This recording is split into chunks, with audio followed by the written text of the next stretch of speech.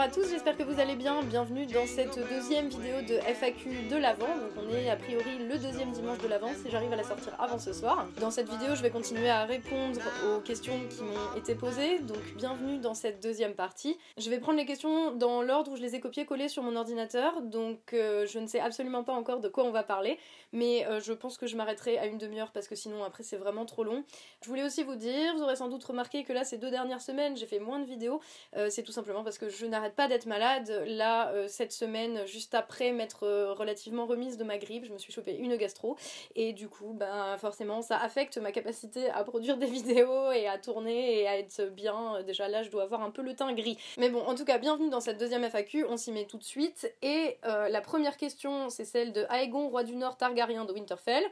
Joli titre, bravo. Tu me demandes, est-ce que tu regrettes ce que tu as dit sur Ned Stark dans ton premier épisode de Dracarys? Être une mauvaise main signifie-t-il vraiment être un idiot? Je ne regrette rien. Ned Stark est un idiot politique. Ça veut pas dire que c'est un idiot en tant que personne et qu'il est stupide.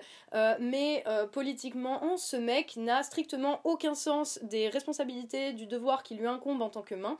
Et je maintiens ce que j'ai dit depuis le début, c'est que c'est un très mauvais homme politique et que dans ces cas-là, tu n'acceptes pas le job juste pour faire plaisir à ton pote Robert. Et si tu acceptes, eh bien tu acceptes de jouer dans un contexte où soit tu gagnes, soit tu meurs. Sinon, bah tu meurs, comme Ned Stark. Donc non, je ne regrette absolument pas.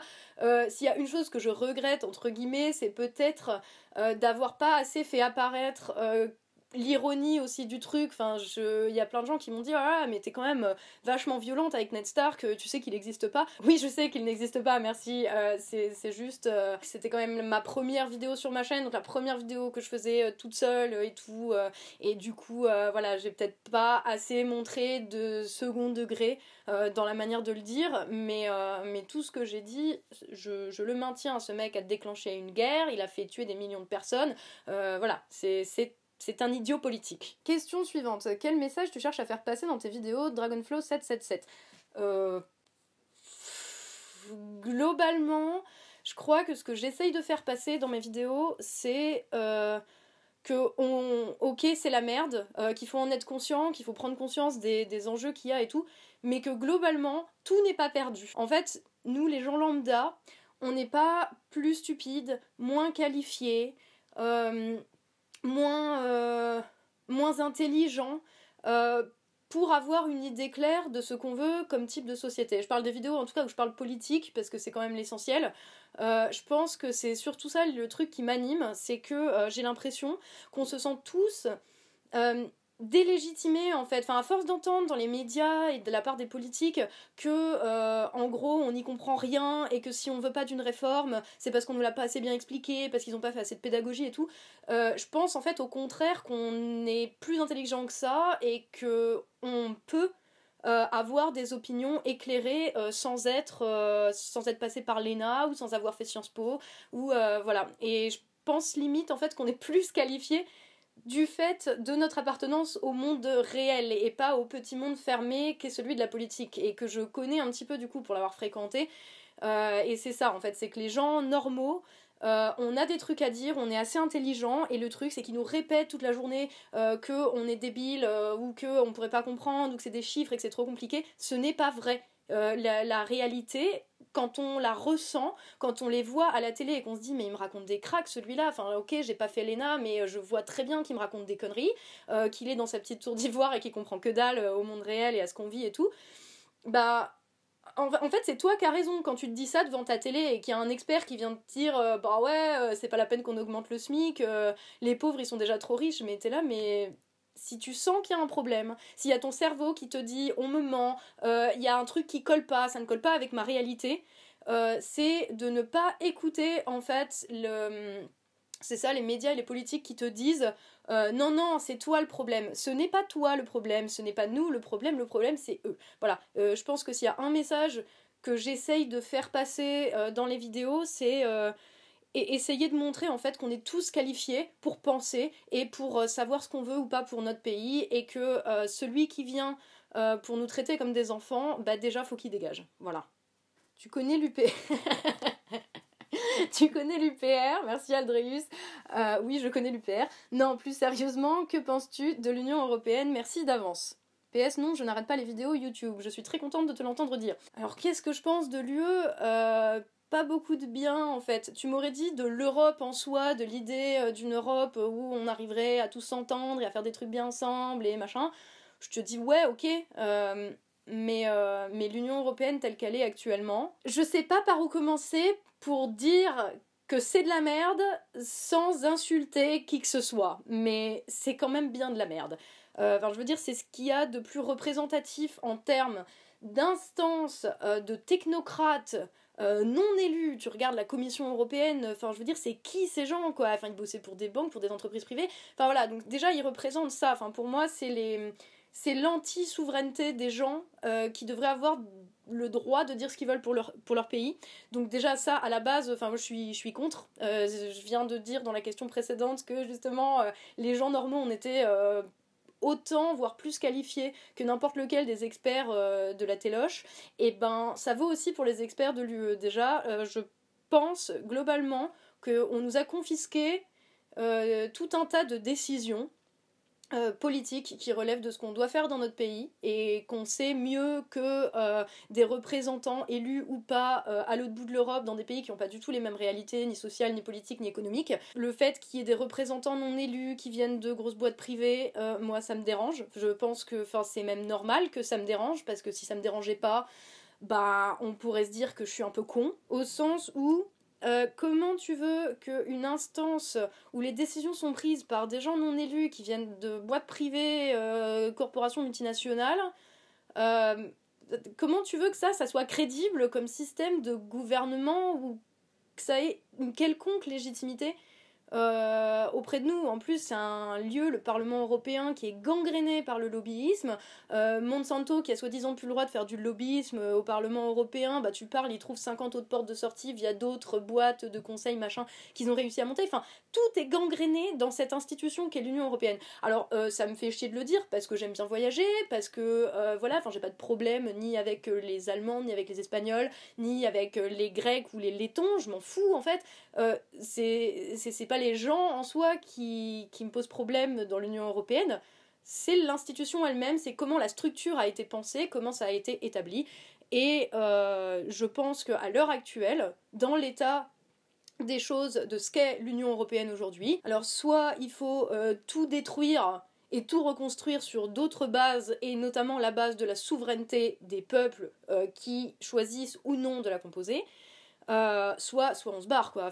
Je suis désolée, je vais peut-être passer pour une extrémiste, mais voilà. Après, je sais pas ce qu'on fait si on se barre. De fait, si on se barre, moi j'ai pas d'idée de comment on gère le truc après, j'en sais rien. Je sais juste que l'institution là, à titre personnel, ne me convient absolument pas, et que là, vu l'état des choses, effectivement, réfléchir à comment on en sort, va peut-être falloir s'y mettre. Ensuite, il y a Hugo Handover 9000 Pro. Ouh là là là là. Ok, très long pseudo.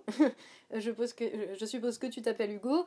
Bien, continue d'informer les gens, sinon pourquoi tu ne fais pas de live? C'est l'avenir. Je sais pas. C'est une très très bonne suggestion. Je vais peut-être m'y pencher. Peut-être que jusqu'ici, c'est que je me suis dit que j'avais pas vraiment le matos. Et du coup, voilà. Mais du coup, je vais y réfléchir, pourquoi pas. Merci pour l'idée. Ensuite, Gus demande: bravo. Bonjour Tatiana. Bonjour Gus. Bravo pour les 20 000 questions. As-tu des sujets que tu te refuses de parler? Non, pas du tout. Je réfléchis si je me suis déjà dit oh non, ça j'en parle pas parce que c'est trop délicat, ou parce que voilà. Mais non, en fait, justement, j'essaye de m'autoriser à parler de tout. Alors après, je ne peux pas parler de tout parce que je suis pas experte en tout, et qu'il y a plein de sujets sur lesquels je m'y connais pas, donc je vais pas oser forcément donner mon point de vue sur un sujet dont je sais que je ne sais rien. D'une manière générale, quand je parle de quelque chose, j'essaye surtout de me baser sur des trucs qui sont réels, de pas inventer des histoires, voilà. Après voilà, il y a des sujets peut-être que je trouve plus intéressants que d'autres, et du coup c'est de ça que je vais parler parce que je le connais, parce que j'ai fait des recherches dessus, et voilà, mais non, pas d'interdit. FAQ, où est passée la Tatiana avec la capuche noire? Va-t-on la revoir? Et toujours Aegon, roi du Nord Targaryen de Winterfell. Elle est toujours là, elle est toujours à l'intérieur. Oui, et je me suis dit que ce serait pas mal justement que ça devienne un personnage récurrent. À la base, je l'ai pas du tout conçu comme ça, je l'avais conçu pour la vidéo où je parle avec mon Daesh intérieur, parce que pour montrer que quelque part on a tous une part d'ombre et que voilà, c'est à toi de choisir aussi quelle part tu nourris en toi et tout, mais je me dis qu'en fait c'est un très bon personnage, qui permet de symboliser pas mal justement ce côté sombre qu'on a tous à l'intérieur de nous. Du coup ouais, je pense qu'on va la revoir, c'est juste que pour le moment elle a pas trop eu l'occasion de refaire surface parce que les sujets s'y sont pas prêtés. Combien de demandes en mariage reçois-tu par jour de Baptiste 76920 Plusieurs, enfin non pas forcément tous les jours, mais plusieurs par semaine sûr. Après, je sais que beaucoup c'est de la blague. Et non, je ne prends pas ça mal. Alors la suivante, c'est Sigomars qui pose plusieurs questions. Et la première risque déjà de prendre très longtemps. C'est quoi tes livres, films, BD préférés? Oula, alors, si vous voulez bien, je vais garder les films déjà, ou... Ouais, on va faire ça. Je vais vous parler de mes bouquins préférés dans celle-ci, et dans la prochaine, je vous parlerai de mes films préférés, parce que sinon on va pas s'en sortir, et je suis encore là à filmer jusqu'à demain matin. Donc, parmi mes bouquins préférés, alors il y en a un certain nombre, j'ai essayé de faire une sélection un petit peu variée pour vous donner un aperçu de ça, et puis pour vous dire aussi que je me limite pas à un style. D'ailleurs, j'aimerais bien faire des vidéos de chroniques bouquins, mais j'ai pas encore eu le temps de m'y mettre et tout, donc ça sera peut-être pour plus tard. Mais en tout cas, voilà, j'ai une pile là avec moi de bouquins. Et le premier qui est en haut de la pile, c'est Les Fleurs du Mal de Charles Baudelaire. Alors, ce bouquin... c'était peut-être pas le meilleur pour commencer, parce que vous allez vous dire que je lis que des trucs du 19e, et c'est vrai, j'adore la littérature du 19e. C'est extrêmement subversif par rapport à l'époque. Bon, c'est un recueil de poèmes, je pense que c'est un qu'on a tous étudié au lycée, parce que c'est tellement un grand classique, mais c'est tellement beau et c'est tellement sombre et voilà, c'est peut-être mon côté gothique, je sais pas, mais en tout cas ouais, Baudelaire, Les Fleurs du Mal, clairement dans mon top. Ensuite le deuxième c'est encore un truc de déprimé, c'est Léo de Hurlevent d'Emily Brontë. Ce bouquin a été écrit par Emily Brontë, qui a vécu plus ou moins recluse, qui rencontrait jamais de monde et qui a vécu avec ses sœurs, et qui décrit en fait des processus psychologiques de relations torturées et tourmentées entre des gens dans un décor glauquissime.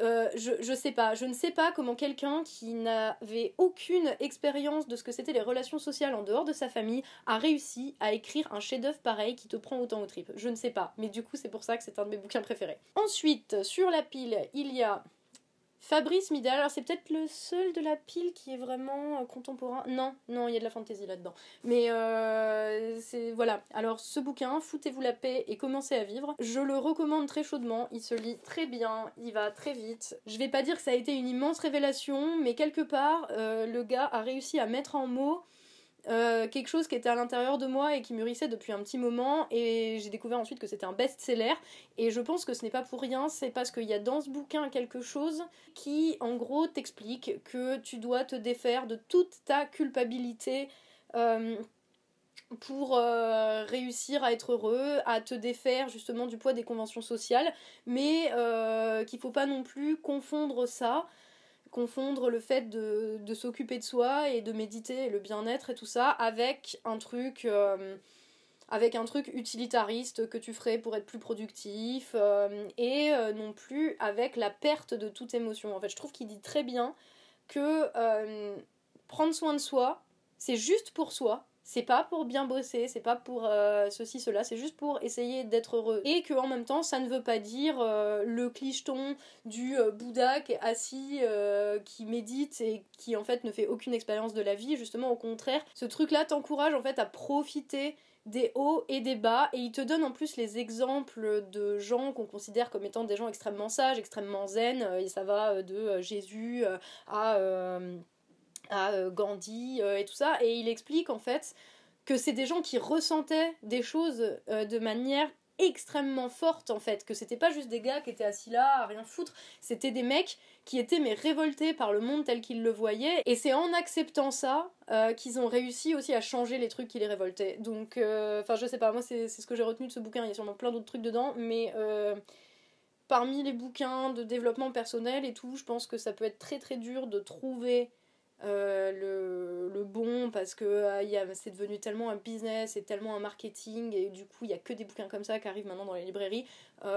Celui-là, en tout cas moi celui-là m'a vachement fait réfléchir et en bien et c'était très sympa à lire. Voilà. Ensuite, complètement autre chose, dans la catégorie philosophie politique, mon ami Machiavel. Ceux qui regardent Dracarys sauront que je suis déjà absolument fan de son prince parce que je trouve qu'il y a un côté vachement marrant à faire le parallèle en lisant en fait Le Prince et en voyant les conseils que Machiavel donne au prince florentin de l'époque. Ça reste totalement d'actualité et je sais pas, je trouve que Machiavel a réussi à résumer quelque part un peu l'essence de la politique. Et malheureusement, Machiavel a une extrêmement mauvaise presse. Parce que on l'a accusé à tort de dire que la fin justifiait les moyens et que du coup on a conçu ça comme un truc d'un mec pour qui tous les coups fourrés étaient possibles, pour qui rien n'avait de valeur, rien n'avait d'importance, alors que chez Machiavel il y a vraiment cette idée du bien de la cité, du bien commun, et ce mec a été traité trop injustement et voilà, réhabilitation de Machiavel. J'en ai encore plusieurs, hein, je suis désolée. L'Assassin Royal, ça c'est dans la catégorie fantasy, l'Assassin Royal, qui est extraordinaire comme bouquin. Alors il est sorti en plein de volumes en français, à la base en anglais c'est une trilogie, je crois qu'il est sorti sous le format trilogie en France aussi, mais les bouquins sont plus chers, et sinon ils ont découpé les volumes n'importe comment en plusieurs parties, ce qui fait que du coup il n'y a pas vraiment de cohérence en fait dans les bouquins en français, donc je vous encourage à aller trouver en fait les gros volumes si vous voulez les lire, hein, ils sont dans toutes les bibliothèques normalement. Et je sais pas, l'histoire est extrêmement bien racontée, c'est très subtil, c'est l'histoire d'un fils bâtard d'un prince qui est élevé à la cour, mais comme il est bâtard il pourra jamais accéder au trône, donc il est entraîné pour être un assassin royal, donc envoyé dans plein de missions diplomatiques, en gros pour aller buter des gens pour le bien du royaume. D'ailleurs ça fait écho à Machiavel un petit peu des fois, ce qu'il y a dedans. Bon après ça se lit quand même beaucoup mieux, c'est de la fantasy et c'est vraiment remarquablement écrit. L'auteur, elle a un style qui est vraiment très fin et que tu reconnais entre mille. Et là où par exemple des bouquins comme Game of Thrones, où j'aime pas du tout le style, j'aime pas du tout la manière dont c'est écrit, l'Assassin Royal en fait ça parle de trucs hyper psychologiques, il y a des formes de magie qui sont difficilement exprimables en mots et elle arrive à faire ça dans son bouquin, et il y a vraiment tout un univers de ouf qui a été créé. En plus il y a d'autres trilogies qui se passent dans le même monde, je pense notamment à la trilogie qui est extraordinaire aussi des Aventuriers de la mer, qui se passe dans le même monde, et en fait les histoires sont liées mais d'un point de vue vraiment extrêmement global, et en plus avec une portée vraiment universelle comme dans tous les grands bouquins de fantasy, dans tous les mythes et les contes sur justement comment le monde change et les catalyseurs et les prophéties, et que les prophéties en fait elles n'ont absolument pas de valeur en soi, elles ont de la valeur seulement si on leur accorde de l'importance quelque part. Et voilà, ce bouquin là je le recommande, et franchement dans le genre bouquin à mettre au pied du sapin, il est génial si la personne est fan de fantasy, vraiment tip top. Voilà, ensuite j'ai bientôt fini. Alors ça c'est pas un livre, c'est une collection de livres, c'est la collection Harry Potter. Autant ils ne seront pas dans mes films préférés, autant les Harry Potter sont d'excellents bouquins. Les premiers sont très enfantins, ça fait très conte et tout, mais c'est déjà super bien écrit. Mais alors contrairement au film, en fait, il y a une véritable critique, une véritable analyse de la société. Je pense notamment à des questions relatives au fonctionnement des médias, et notamment dans le 5 que je viens de relire, parce que je relis au moins un Harry Potter tous les ans. Dans le 5, en fait, il y a toute cette idée de comment le pouvoir en place, en fait, prend le contrôle des médias, prend le contrôle de la presse, avant de mettre en place tout un arsenal de moyens de surveillance de masse des citoyens. Enfin voilà, il y a une analyse extrêmement fine, je trouve, de la manière dont fonctionne tout un tas de trucs de pouvoir, de trucs de médias.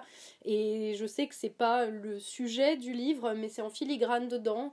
Pareil, le combat d'Hermione contre les elfes de maison, qui est pas non plus dans les films, et qui pourtant amène quelque chose vraiment de plus quelque chose de vraiment important comme message politique, parce que en fait c'est un combat contre l'esclavage. C'est pour ça que je recommande très très très chaudement les livres. Les films sont absolument pas indispensables, enfin rien ne vaut les bouquins d'Harry Potter quoi, vraiment, et puis ils se lisent comme du petit pain, c'est drôle, enfin voilà, c'est Harry Potter, c'est génial. Après c'est quelques-uns des livres qui m'ont marqué, ou voilà, mais évidemment il y en a plein, j'ai même pas mis de Victor Hugo dedans, alors que bon, quand même, enfin pour moi 93 c'est un chef-d'œuvre de la littérature qui est absolu, hein, à part évidemment Les Misérables et Notre-Dame de Paris, mais 93, moi c'est mon préféré aussi parce que j'aime beaucoup la période historique de la Révolution française. Après j'aurais pu aussi parler de Fyodor Dostoïevski ou de Léon Tolstoï, mais voilà, je dois me limiter, donc je vais m'arrêter là pour les bouquins. Pendant très longtemps en fait j'ai eu peur de lire les grands classiques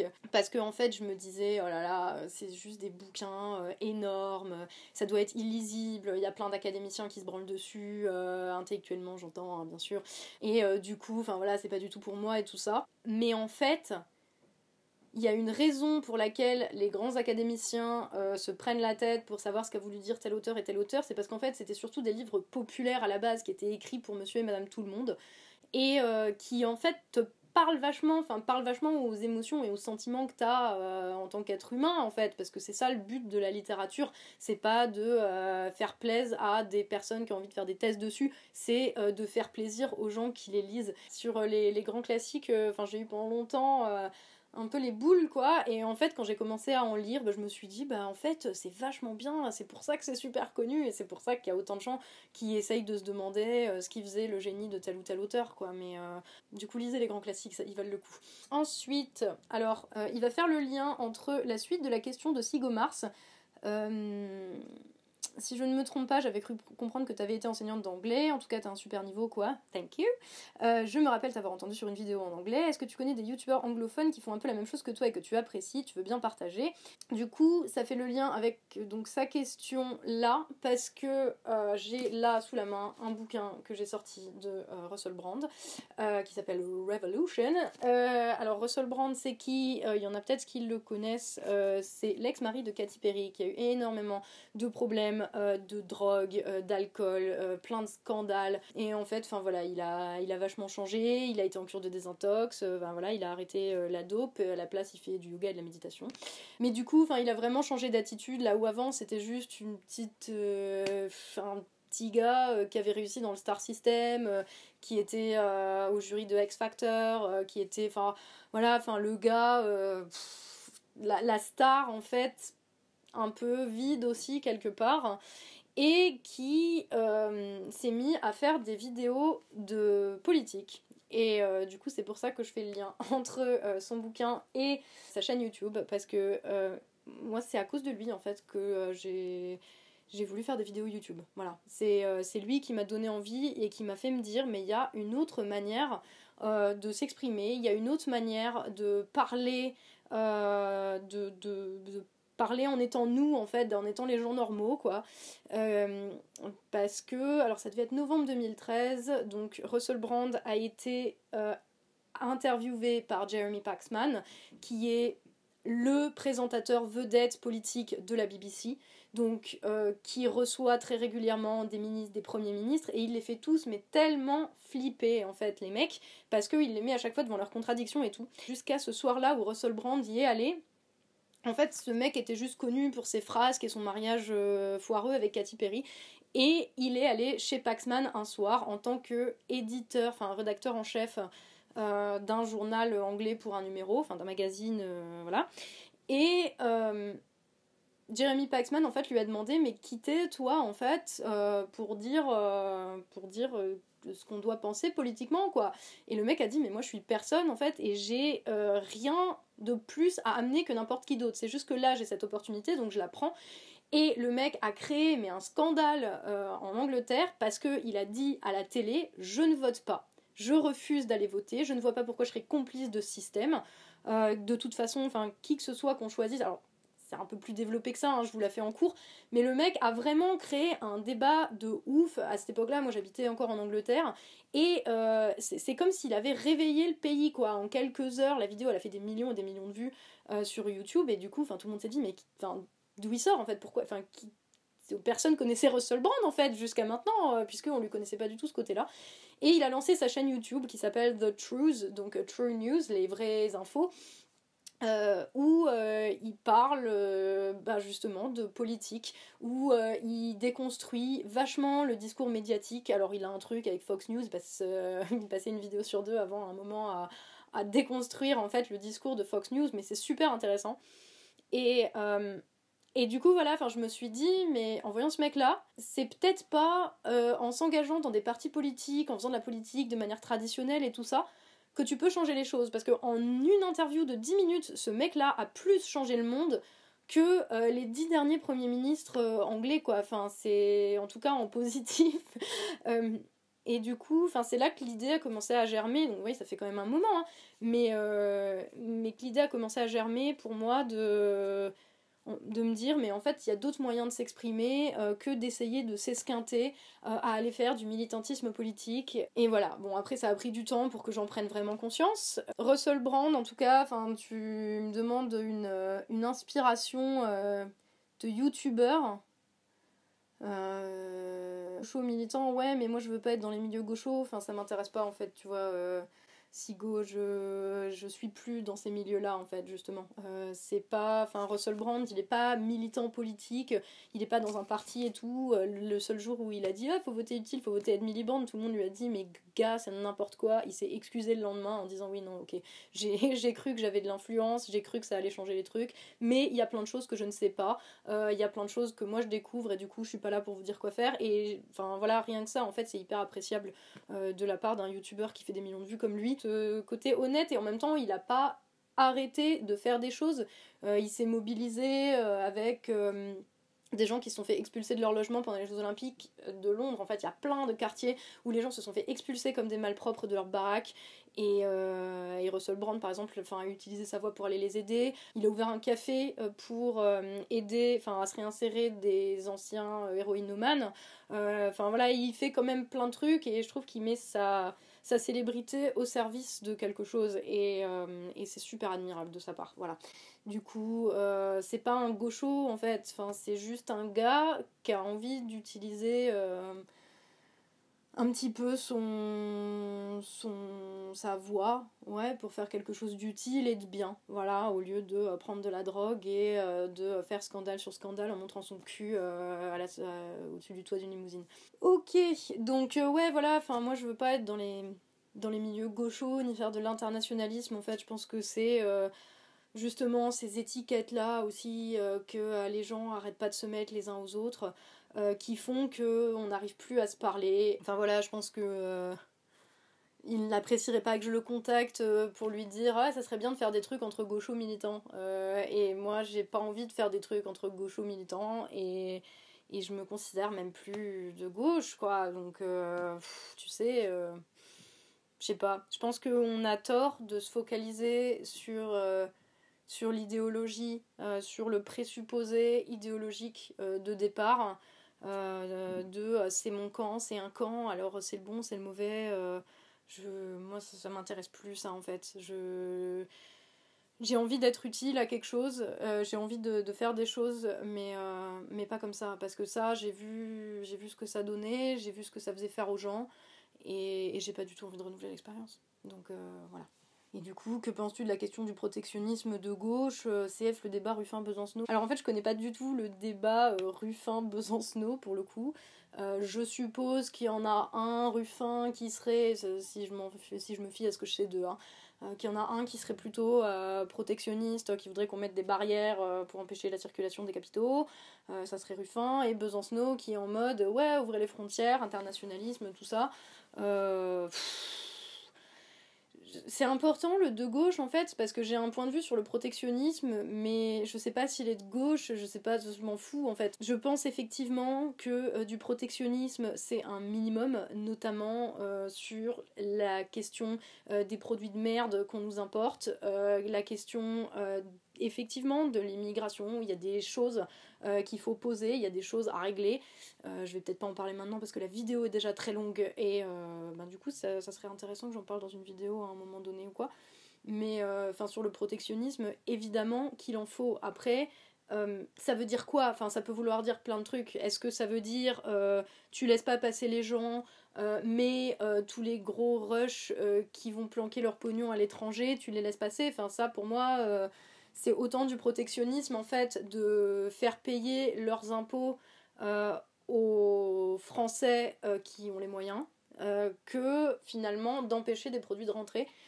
Et bien sûr, là-dessus, je suis pour, quoi. Là-dessus, je suis pour. Et évidemment qu'il faut réguler la manière dont les gens viennent en France. Il faut réguler l'importation de produits de merde qu'on nous fait bouffer ou qu'on obtient chez nous. Qu'il faut réguler aussi la manière dont les produits qu'on importe sont fabriqués, quoi. Parce qu'on peut pas continuer à importer des produits pas chers, donc qui font qu'il n'y a plus de boulot ici, qui sont vendus pas cher par des pays à l'autre bout du monde qui font bosser des gosses dans des conditions dégueulasses où ils chopent des cancers et voilà. Je veux dire, ça c'est pas acceptable, mais c'est pas à nous en tant que consommateurs non plus de faire quelque chose.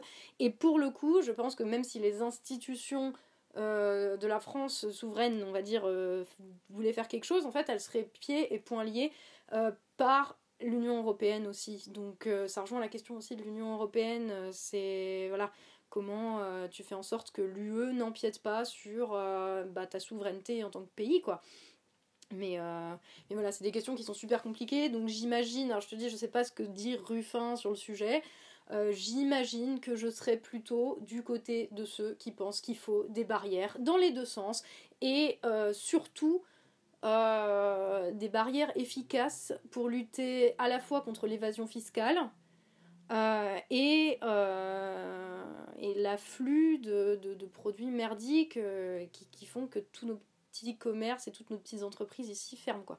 Je pense ça du protectionnisme globalement. Après, j'ai pas une vue globale du truc, j'ai pas un programme politique à vous vendre, donc voilà, c'est à peu près ce que j'en pense là maintenant, sur le vif comme ça. Mais voilà, bon, là je vais vraiment m'arrêter parce que je me sens vraiment pas très bien, et voilà, gastro, super. Je vous poste la vidéo d'ici ce soir. Je vous remercie encore grandement tous, à la fois ceux qui m'ont donné des sous sur Tipeee, mais aussi ceux qui peuvent pas et qui m'envoient du soutien par commentaire, hein. Les commentaires, je les lis. J'ai pas lu vos messages depuis 2 semaines parce que je suis au lit avec de la fièvre et que l'écran, en fait, ça me pète les yeux. Mais voilà, je les lis, et si je vous réponds pas, c'est pas que je vous aime pas, c'est pas que je veux pas, c'est que j'ai probablement pas le temps. Voilà, d'autant qu'il y a des gens, je sais, avec qui on échange plusieurs fois, et je sais qu'il me faut plusieurs jours pour répondre, et c'est juste parce que j'ai pas le temps, en fait. J'aimerais bien pouvoir avoir des discussions super profondes avec tout le monde, mais le temps me manque. Et voilà, et là en plus je suis malade, donc c'est encore plus au ralenti. Mais du coup, voilà, sachez que je vous lis, et même si je ne vous réponds pas, là je vous remercie, je profite de cette vidéo pour vous remercier de votre soutien, et de vos partages, et de vos likes, et de vos commentaires, et c'est super cool, voilà, merci. Du coup, on se retrouve très bientôt dans de nouvelles vidéos. Il y a un Dracarys qui devrait être prêt pour cette semaine, hein. Je m'emmerde un peu là sur le montage parce que j'ai 1 heure de rush. Mais Dracarys devrait être prêt cette semaine, a priori. Sinon, de toute façon, je ferai au moins une autre vidéo. Je serai aussi dans le fil d'actu. D'ailleurs, j'espère que le fil d'actu sur Johnny vous a plu. Enfin là, ça risque d'être encore un petit peu ralenti pendant une petite semaine. J'espère que dimanche prochain, je ne vous dirai pas que j'ai autre chose. Et je vous souhaite une très bonne soirée. Une très bonne soirée de 2e dimanche de l'Avent. Allumez bien vos bougies. Et puis, on se retrouve dans quelques jours, dans tous les cas. Voilà. À très bientôt et prenez soin de vous.